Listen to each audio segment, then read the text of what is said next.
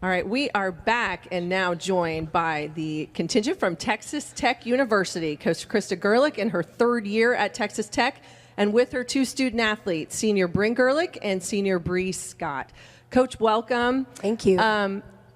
Let's just start a little bit thinking about last year. I know as this is a rebuild process for you in Lubbock.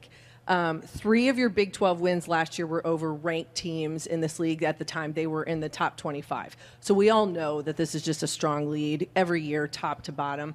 What did you take from some of those wins last year, especially in league play, to build on for this season?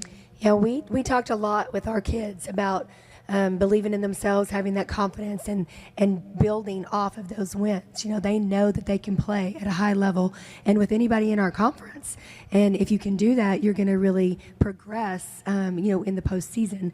It's about being consistent for us and putting those wins together on a consistent basis. But I do think that we were able to recruit some depth in some different positions that are going to enable us to play at a really high level on a consistent basis. Yeah, it seems as though as now you head into year 3 at your alma mater, a nice blend of some new faces, but also some veterans on this roster that you're going to need as you're battling in Big 12. Who has stood out to you in these first few weeks of official practice, and what have you liked about some of those new faces? Yeah, so our team is really composed of a good group of kids. I mean, I really like the fact that our 5 seniors are all super seniors.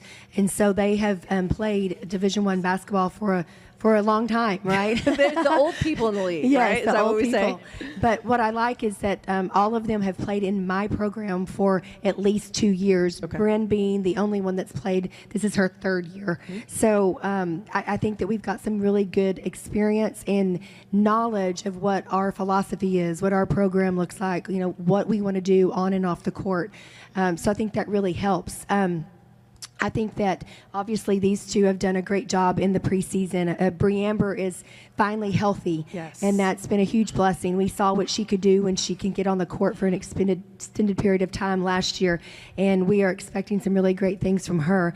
I think that Bryn did a really good job of playing out of position the past 2 years, and positioned herself to help her teammates play at a high level by being, our assist leader, and assist to turnover ratio was really, really good. Mm-hmm. So she's able to distribute that for us, and she's scoring at a better level now that we're kind of taking the ball out of her hands some more and putting her in a scoring position. I think that Katie Farrell, who is a transfer from UTA, who I coached her freshman and sophomore year. Okay. So she's been in my program. Her just basketball IQ. Her team played against Iowa State last year in the NCAA tournament. That all is something that we really, really needed, and she's just doing a great job.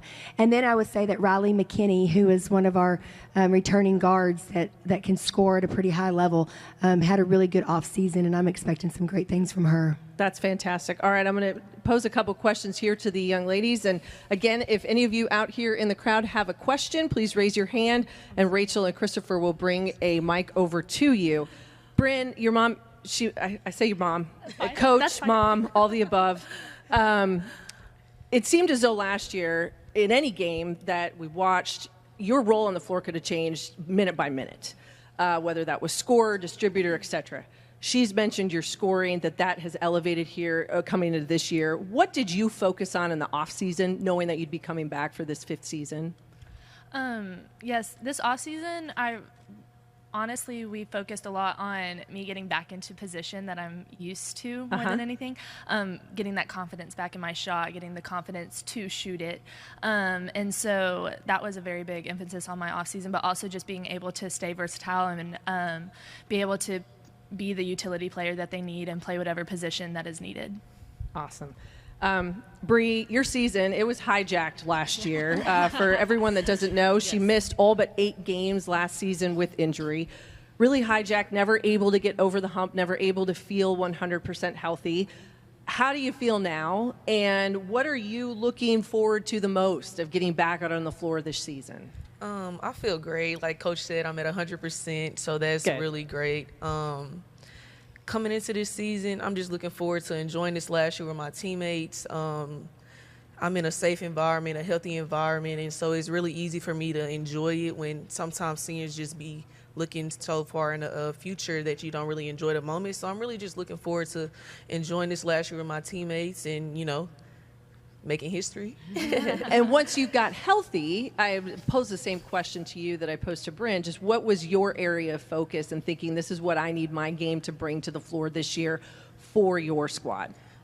Focusing on my mid-range jump shot, elevating on my jump shot. Coach would be on me all the time. Bree, jump up, shoot it. And so just focusing on that, and then really just becoming a leader, a better leader, get into that leadership role as a senior.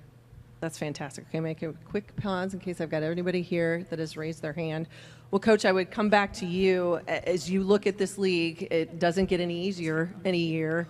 You know that there's going to be a lot of challenges. How did you approach your non-conference scheduling, thinking about what the gauntlet looks like, so to speak, once you hit January? Yeah, it's always a puzzle, right? Scheduling is difficult, and we obviously want to set our team up for some success because we need to get some confidence. We need to learn how to win, but then also we need to be challenged. So we're playing in the preseason WNIT, which I think is fantastic.